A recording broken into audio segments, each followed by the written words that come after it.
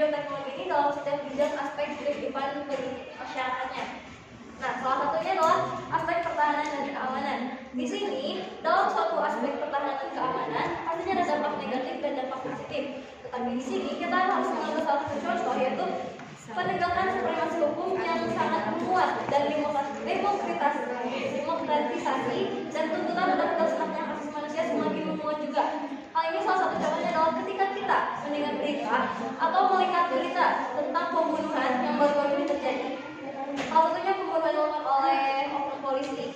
Kita bisa mengambil atau mengetahui bahwasannya untuk penegakan hukum ini bisa semakin menguat dengan adanya bukti-bukti yang memang terlampir ketika dilaksanakan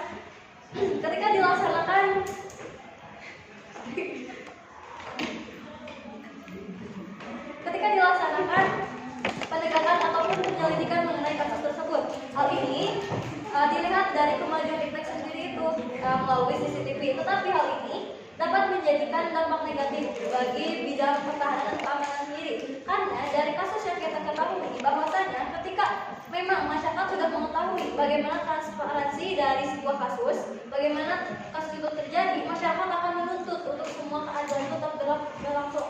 Tetapi hal ini juga Indonesia tidak bisa begitu saja atau tidak bisa membuat peraturan, membuat undang-undangan yang memang sebenar-benarnya diinginkan oleh masyarakat. Ada peraturan-peraturan tertentu yang memang harus diikuti oleh semua masyarakat. Dan hal ini kadang menjadikan masyarakat itu membuat anarkis atau melakukan tidak bersesuaian dengan keinginan masyarakat, dan masyarakat itu seringkali membuat anarkis di lingkungan masyarakatnya. Seperti itu. Selanjutnya, pengaruh iptek terhadap sosial dan budaya.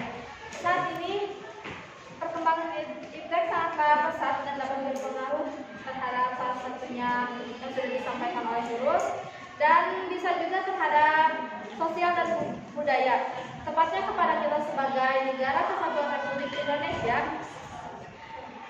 Contohnya berpakaian kebarat-baratan atau yang biasa dikenal sebagai gejala westernisasi. Kita sebagai warga negara Indonesia memang bisa lebih mengenal pakaian-pakaian budaya lain, tetapi kita sebagai warga negara Indonesia harus bisa memfilterisasi semua itu. Bisa juga menjadi dampak negatif terhadap kemajuan iptek itu.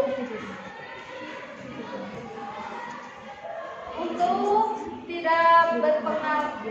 tidak terbawa pengaruh dampak negatifnya, jadi kita harus bisa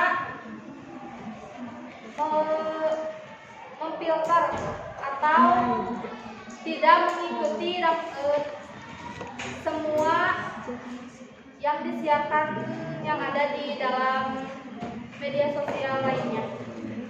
Oke, untuk bidang selanjutnya itu bidang ekonomi yang terdesak oleh Sita. Baik, salah satu pengaruh aspek ekonomi. Salah satu pengaruh positif beragamnya aplikasi jual beli secara daring memudahkan banyak orang mencari produk barang dan jasa yang asli dari toko. Dampak negatifnya merusak perekonomian di sekitar kita seperti sambil kecil dan berorganisasi. Baik, di sini dimuatkan dari argumen yang oleh Sita. Di sini pengaruh iptek pada kemajuan ekonomi itu adalah pengaruh yang mana kita semua merasakan sendiri. Seiring berjalannya waktu, toko online itu kian menambah dan berkembang pesat di lingkungan masyarakat.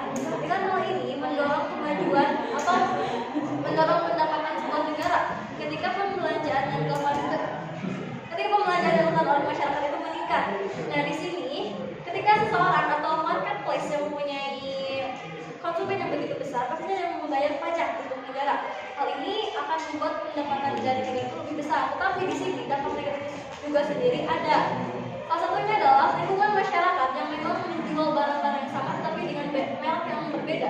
Terkadang kan masyarakat menginginkan merek yang lebih tinggi dibandingkan merek yang berbeda. Masyarakat justru sering menggunakan marketplace tersebut dan tidak menghiraukan lagi pedagang-pedagang yang ada di sekitar. Bahkan selanjutnya politik.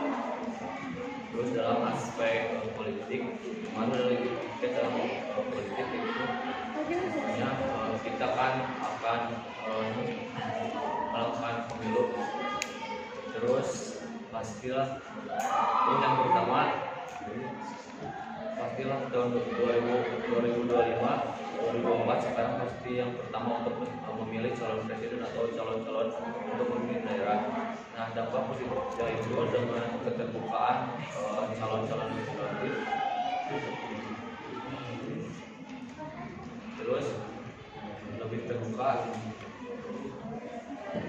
untuk melakukan kampanye terhadap masyarakat supaya masyarakat lebih teredukasi. Terus dampak negatif yaitu misalkan seseorang memilih calon lebih mengetahui satu politik tersebut dampak negatif itu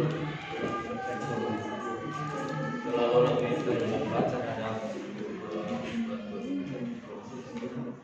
akan menimbulkan kecurangan yang dapat mengakibatkan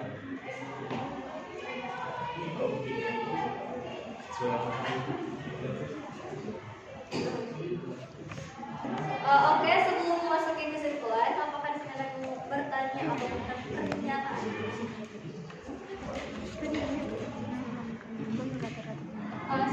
Izin bertanya, saya Mesya dari kelompok 1. Izin bertanya mengenai adanya dampak negatif yang disebutkan terkait pemilu dengan kampanye melalui sosial media.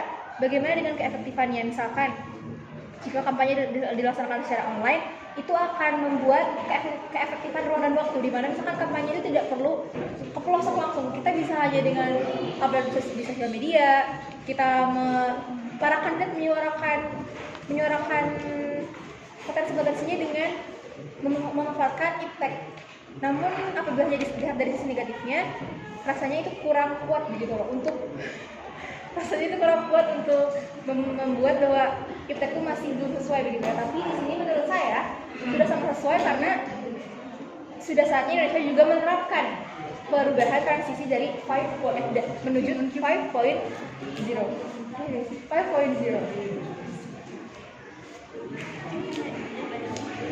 Iya, jadi apa alasan kuatnya kenapa impact itu tetap dipandang negatifnya itu segitunya? Maksudnya kampanyenya kan dibilang tidak efektif. Kenapa? Padahal menurut saya itu sudah waktu Indonesia juga memanfaatkan impact untuk kampanye.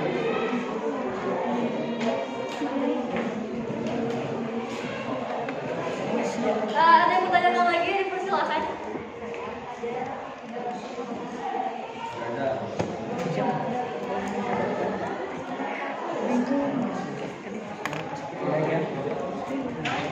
Ada yang bertanyakan lagi?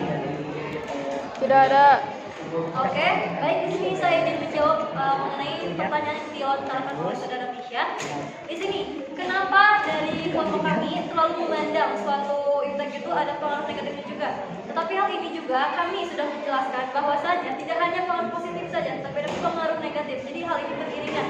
Kami tidak hanya menyoroti tentang pengaruh negatifnya saja, tetapi jika saudara menanyakan mengenai pengaruh negatif, mengapa saudara bisa melontarkan argumen yang mengenai pengaruh negatif pada suatu aspek politik? Di sini kami menjelaskan bahwasanya aspek politik yang berpengaruh negatif itu adalah suatu politik yang didasarkan pada kecurangan suatu golongan atau suatu partai. Di sini, misal kita mengetahui calon-calon legislatif itu siapa saja, misalkan A, B, C, D. Nah, ada satu golongan atau satu partai yang menginginkan A itu untuk menang. Makanya dia itu melakukan kampanye-kampanye yang berbau-bau kecurangan atau berbau-bau uang, sehingga itulah yang dinamakan dengan pengaruh negatif impact pada aspek politik. Ada yang ditanyakan lagi? Atau sudah cukup? Cukup aja.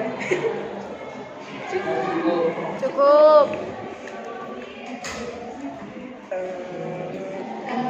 Baik, izin memberi pernyataan, saudara. Silakan. Berarti terkait dengan apa yang kalian katakan, kelompok 2, bahwasanya kalian memang memahami bahwa adanya dampak positif dan negatif dari terkait ilmu pengetahuan teknologi dari berbagai aspek. Nah, kan tadi kalian sendiri sudah menjelaskan terkait dengan hal tersebut, dan memang saya juga setuju dengan pernyataan yang Anda sampaikan. Terima kasih. Baik, terima kasih. Nampaknya di sini ada satu orang yang memang mengamini apa yang telah kami ucapkan, dan mungkin layaknya kami apa yang kami sampaikan itu sudah sesuai dan sudah tertangkap oleh kalian semua. Terima kasih. kesimpulan dari semua aspek yang telah disampaikan, selalu ada dampak negatif dan positif yang selalu timbul. Hal ini dikembalikan pada sifat selektif manusia tadi untuk selalu memilih segala informasi yang muncul. Baik, apabila tidak ditanyakan, kami tutup saja presentasi kali ini. Terima kasih atas partisipasinya. Terima kasih atas perhatian yang telah Anda berikan, dan terima kasih kepada kelompok kami yang telah memberikan semua argumennya. Wassalamualaikum warahmatullahi wabarakatuh.